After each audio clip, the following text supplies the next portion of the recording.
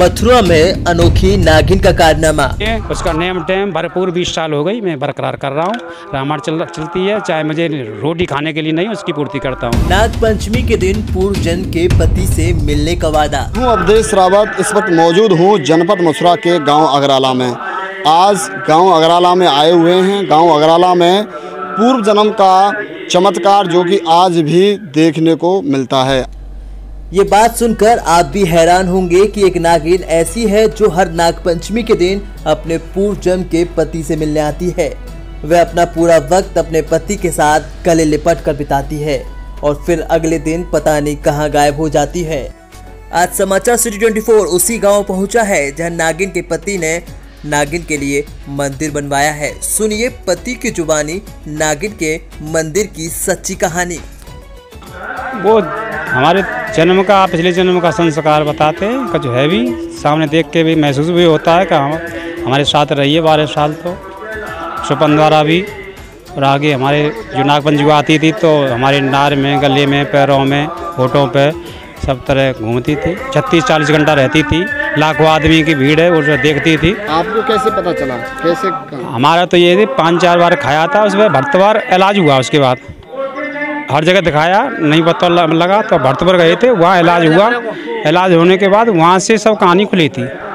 तो उसने बताया था कि हम पति पत्नी हैं पिछले जन्म के, ये हम नागिन थे पहले जन्म में हम गडरिया थे, भगेली करवन कोटवन गांव है कोई। तो उसमें गडरिया को मार दिया था। कहानी लंबी है। तो उसके बाद पत्नी रह गई थी। उस जन्म में 2 शादी हुई थी, तो पहली ख़त्म हो गई थी तो दूसरी शादी हुई थी इसके, तो भेड़ों पे ये भगेला ख़त्म कर दिया था। तो उसके बाद इन्होंने दोनों, जब उसने बदमाशों ने मार रहा था, वो पत्नी भी आई तो उसने बदमाश से छेड़खानी करी, ज़बरदस्ती करी, तो उसको भी ख़त्म कर दिया, दोनों को ख़त्म कर दिया। तो उसके बाद नागिन का जन्म हुआ मिला था। तो उसके बाद कोई सपेरे ने नागिन पकड़ ली थी, तो सर्प ने उसने काटने की कोशिश करी, तो सर्प ने उसने सपेरे को काट लिया। तो नागिन उसमें से निकल के चली गई। जो सर्प खत्म हुआ है उस जगह पे कई लक्ष्मण बताते हैं, लक्ष्मण ने जन्म लिया है। जो कि लक्ष्मण आप हैं? जी हाँ, आपने जन्म लिया था। तो वो नागिन है। उसके बाद मेरी सगाई की चर्चा चली। सगाई की चर्चा चलते ही 8 दिन बाद मैं काटने का लगा दिया। तो 8 दिन बाद काट लिया। ख़त्म होने के चांस बन गए मेरे। कई बार मैं मुश्किल से ही बचाऊँ, काम बस्ती सब ने मुश्किल से बचाया हूँ। 4-5 बार काटा हूँ मैं ट्रैक्टर पर काटा चलाते हुए। एक बार मैं दूध लेके जा रहा था तब काटा था। तो मैं कई बार मुश्किल से बस्ती ने बचाया हूँ, या की ईश्वरी कृपा से बचाऊँ। तो उसके बाद वो आती रही हैं, इलाज हुआ था। उसके बाद उन्होंने कौल वचन किए थे, कौल वचन के अनुसार आती रही। मैं वो पूरा परेशान हो गया था, भय लगती थी। शादी इस जन्म में भी हो गई है। बच्चों को मैं देखता नहीं था कभी भी। मैंने अब 7 वर्ष से 6 वर्ष से जो बंद हुई है उसी के बाद मैंने बच्चे देखे। एक बच्चा मेरा दिल्ली पढ़ रहा है, मीडिया का कोर्स कर रहा है।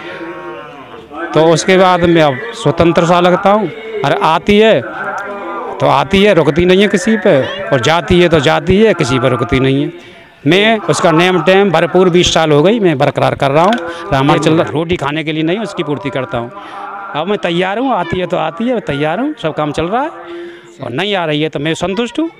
हाँ, तो सावन के महीने में तो नाग पंचमी का सिस्टम है। पहले तो कोई सावन से तीज से मतलब नहीं था, मन चाह जगह हाजिर हो जाती थी, खेत पे, जंगल में, मोटरसाइकिल पे, गाड़ी में, ट्रैक्टर पे, हर जगह। लेकिन अब नागपंचमी कोई आती थी कौल वचन के अनुसार।